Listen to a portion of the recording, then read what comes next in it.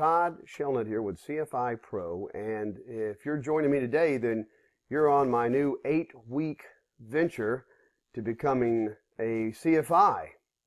And I honestly do think that in 8 weeks I can show you exactly what you need to do from the ground up all the way to the time that you pass your check ride. And I think you could be very successful if you follow my lead. So today what we're going to get started with is what we do in the first week. And this first week that we have is going to be to prepare you for the second week. And so there's a lot of preparation that we do in this first week. Now, if you're already further along in the road, this first video may not be exactly where you need to be, but this video series is for someone who has not started the preparation and that actually does need to kind of start preparing from the ground up. So we have to start from some particular point, and that's what this video series is for. So let's go over some of the basic things that you would need to have for this course that we're going to do over the next 8 weeks and how we can properly set those items up. So the first thing that we need is what we need for basically any check ride as a CFI to have in their possession to get someone ready for a check ride, and that's the CFI PTS. Now in this particular case, most of you who are watching this video series have probably just came through your training and you've never taken a practical test standards or PTS check ride before. This may be your first one you've ever taken. And it is a little bit different than the ACS. It is, by design, they're relatively the same, but they are different in ways of how the check ride is conducted. An effective examiner would not need to have two separate documents. An effective examiner would be able to effectively evaluate you whether they were having a PTS or an ACS. But that's not the point here. The point here is what do you need to prepare for this check ride? So you can stop this and bring it back, start and stop as much as you want to kind of organize your life in regards to this first week. Your readiness, organize your readiness. So the very first thing we need is our CFI PTS.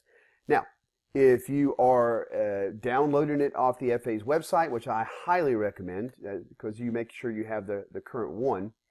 Currently right now, as of the date of this publication, which is in June of 2019, we're up to change 6 in the CFI PTS. So just go ahead and Google CFI PTS and make sure it's the one with change 6. And it's going to print out, if you print it out in the PDF format, which I highly recommended, and then take it by one of the office supply stores and have them, I'm not going to name any name brands, but take it by there and have them bind it. To poke holes in it and bind it is a relatively cheap thing. It's a couple of dollars.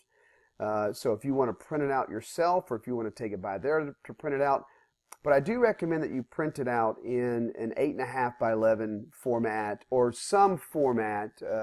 Now, what if you already own the PTS? So you're like, Todd, I really don't need to go to the FAA's website. I already have like an ASA branded or Gleim or Sporties or someone other branded PTS.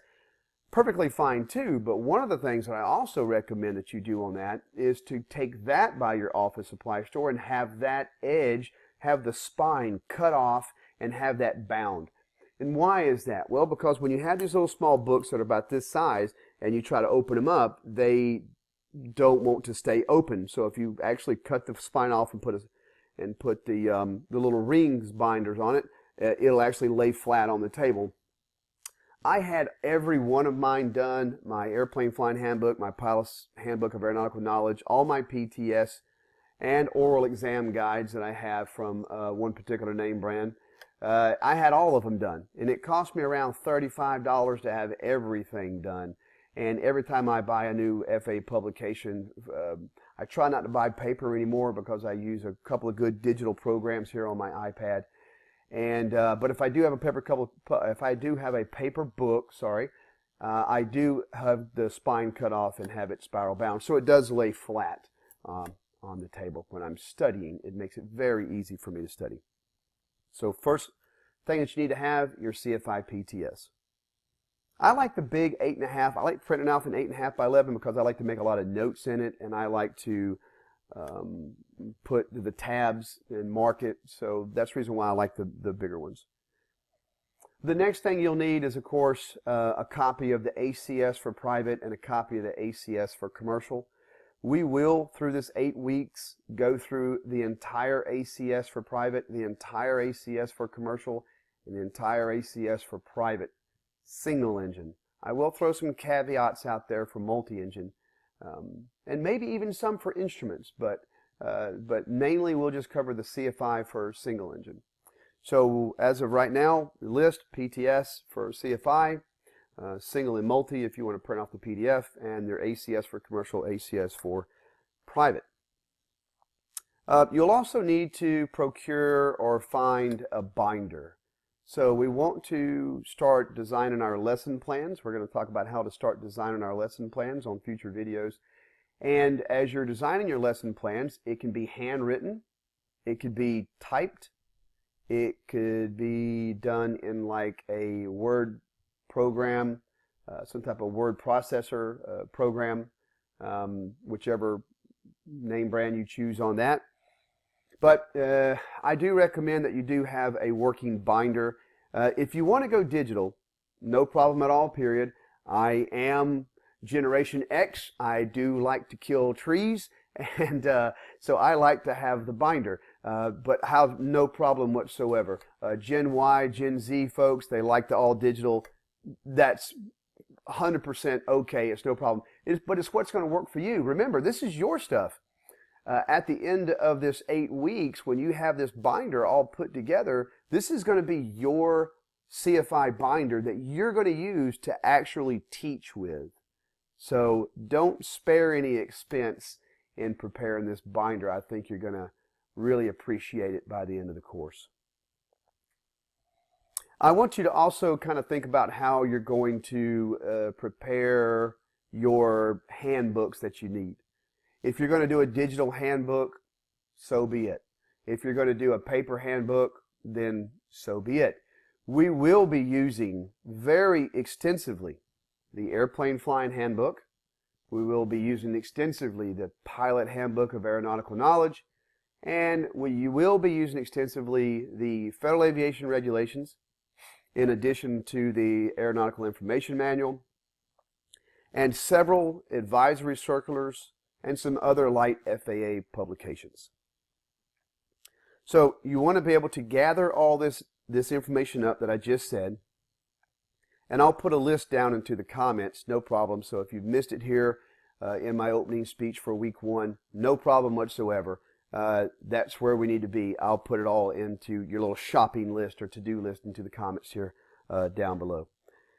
In addition to that, there are some other things that you would need to have, which a lot of people don't think of. You know, when I'm training someone in the classroom and I'm looking at how they're putting stuff together, one of the things that I see is that people like to tab. I like to tab. It's a very quick way to find things. So I would highly recommend that you buy some tabs. Now, there's so many different ways you could tab this. I definitely would not recommend that you tab with like a 2-inch by 2-inch Post-it note. I would recommend that you get some good quality tabs. There are tabs that are just colored. There are tabs that are shaped like arrows that we're going to be using. So I recommend that you buy a small packet of the arrow tabs for one of the processes when we're talking about aeronautical charts. We're going to use some arrow tabs.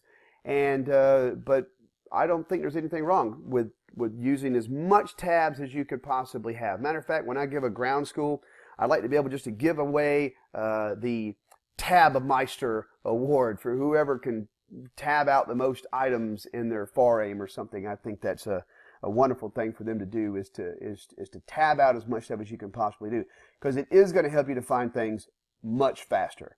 If you have a book in front of you and you don't know where to turn to, the tab is so incredibly easy to find it if you have a tab. So I can't preach that enough. Buy some tabs, please. So when you're at the store, at the office store, you can have your spine cut, you can off your book, okay, and then you can get your tabs. You can get a nice binder. What size binder? I didn't tell you about that. A good size binder. You know, it needs to be about maybe a 3-inch binder.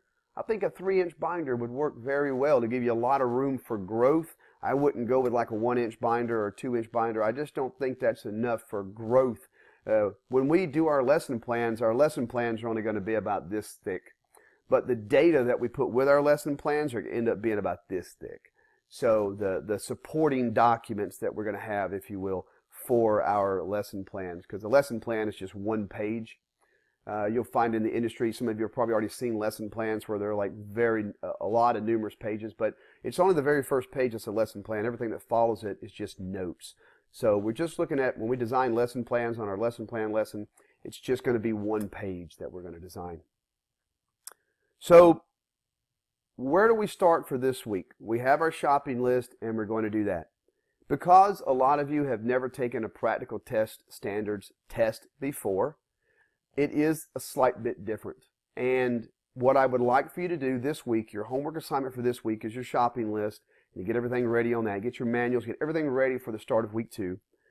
And then I want you to read the preamble, the introduction of the PTS, all the way until where it actually starts.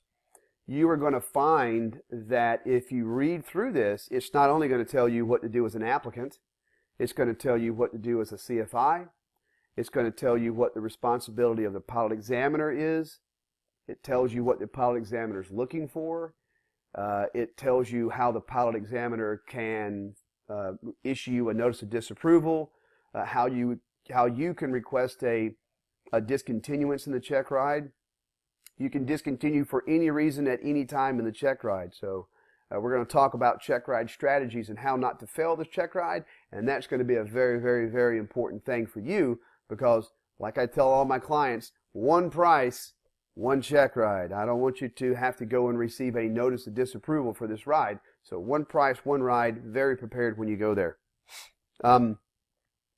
So read the front of the PTS. You're going to find there's a lot of very interesting things in there. There's a lot of definitions that we're going to use throughout your training.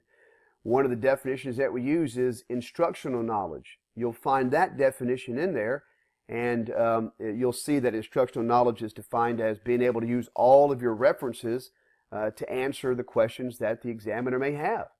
So based off that, if we go exactly like the FAA says, do you have to memorize every single thing for this check ride? And the answer is absolutely not. There is, I don't think I know, not any pilot and not any flight instructor who has everything memorized. Okay? I don't think it's possible. And the FAA knows this. And so they put that stuff in there that the instructor applicant must use their references to give the knowledge to the application or correlative level of information. That's basically what it states in there. And that's very important for you to know. So if you read the preamble of or the introduction to the PTS, it's a couple of pages, you're going to be very, very prepared for the upcoming weeks. And then I want you to start putting your binder together. So how do you start putting your binder together? You want to put your binder together to mimic the layout of the CFI PTS for 2 reasons. One, the CFI PTS matches the regulation guidance that is located in 61-185 and 61-187 for this check ride, FAR 61-185 and 187 for this check ride. And therefore, because it does match the way the regulations are laid out, I want you to have it in that order, because when you're in the check ride, I want you to be able to flip in order as the examiner's going through and not have to pick parts and find tabs, just basically turn page by page and follow through the check ride with the examiner. In the CFI single engine, there are 14 areas of operation. In the CFI multi-engine, there are 15 areas of operation. So at a minimum, your CFI binder needs to have a minimum of 14 separate tabs, if you will. We may create some additional tabs at the end for some additional publications to be installed within your binder so you have them for the ride. So don't just buy exactly 14 or 15 separation sheets to go into your binder. Just buy you a pack of them. If it has 20 or so in it, that's good. But I want you to start putting your binder together in your tabs and think about how you want your binder to be laid out color-wise. There's a lot of things that go into this. Why am I spending so much time talking about the binder and the tabs and the layout? Because every time I have a class, I find that the normal student probably spends anywhere from 15 to 30 minutes a day just working on the aesthetics of their binder and the aesthetics of their layout, their tabbing, the binder, the multiple other things that they're going to use. Just the pure aesthetics of it, they probably end up spending, I would have to say, at least 30 minutes, and sometimes even longer. So I would highly recommend that you do that. So when we're putting all this together this coming week, in preparation for the next week when we start, what else would we want to put together? Well, have you attended any ground schools up until now where you took some really good notes you thought was very good? I want you to start bringing those notes in front of you again. Maybe you have some notepads that you wrote on. Maybe you have some good training material that some instructor gave you or you found somewhere on the internet. Start compiling this information. Print it out if you want. Start putting it in digital folders if you want. I think that you're going to see that when we start to put this binder together, you want as much information as you can possibly get in this binder, because what you're trying to do is prove to the examiner in this check ride that you have the ability to teach. Keep in mind, folks, this is not a pilot check ride. This is an instructional check ride. It's a total separate piece of plastic. In one hand, you'll hold your commercial pilot certificate with instrument rating, and the other hand, you'll hold a separate piece of plastic that says flight instructor. You can't exercise the privileges of your flight instructor certificate without having your commercial certificate also with you. It's required to be together. So although you're going to be doing some flying on this check ride, this is not a piloting check ride. This is an instructional check ride. When we get into the flight portion side of this, and I start giving you some good information on this, it's going to blow your mind about how easy the flight portion of this could possibly be. I got a lot of good stuff I'm ready to tell you when we get there. I'm so excited about all this stuff. I can't tell you how long I've been wanting to do this, and hopefully you're getting something out of it. But just start gathering that information, start putting that together, some things that you've seen, you're like, oh man, I remember that, find it, print it out, put it in your digital binder, wherever you like to do it. I'm going to try to keep these YouTube videos each week to around 20 minutes or so. So if you would like, post something in the comment. If you think 20 minutes is good, if you think I'm getting very long-winded, please make sure you post that down. Remember that I'm here for you. And if you have any questions about anything that I've said, post it down in the comments. Be happy to reply to you. I think I reply pretty quickly to people who post comments on my YouTube video. So I definitely want to reach out to you and help you and assist you as much as possible. Now, we are covering on the YouTube just a kind of skimming across the top. If you want more of an in-depth view of how this situation is actually transpiring, if you want to see how I put my CFI binder together, if you want to see how I'm doing things, no problem. I have a Patreon account. The link is in the comments below as well. Visit my Patreon page, and I have very much in-depth details in regards to this. They are not just 20 minutes long, and you can get very immersed into those videos, and I go into much more detail. As far as this week, that's what we have. I think that in your normal flight training, and if you're having a full-time job, I think that you're going to have a lot of other things to kind of keep you busy this week. So a couple of nights doing what I've asked you to do, I think should kind of get you started in the first week. I think as we go through each week, you're going to see that if we build this, if we eat this elephant one bite at a time, if we lay down a solid foundation and build it up properly, you're going to find out that at the end of this 8 weeks, you're going to be a wonderful instructor candidate for this check ride. I'm Todd Shelton for CFI Pro. Please make sure that you subscribe if you haven't already. Click the like for this video and click on that bell to be notified of future videos. And please spread the good news. Tell people out there about how great these videos are helping you, if that is the case. Hopefully it is. And I look forward to seeing you next Monday. Thanks.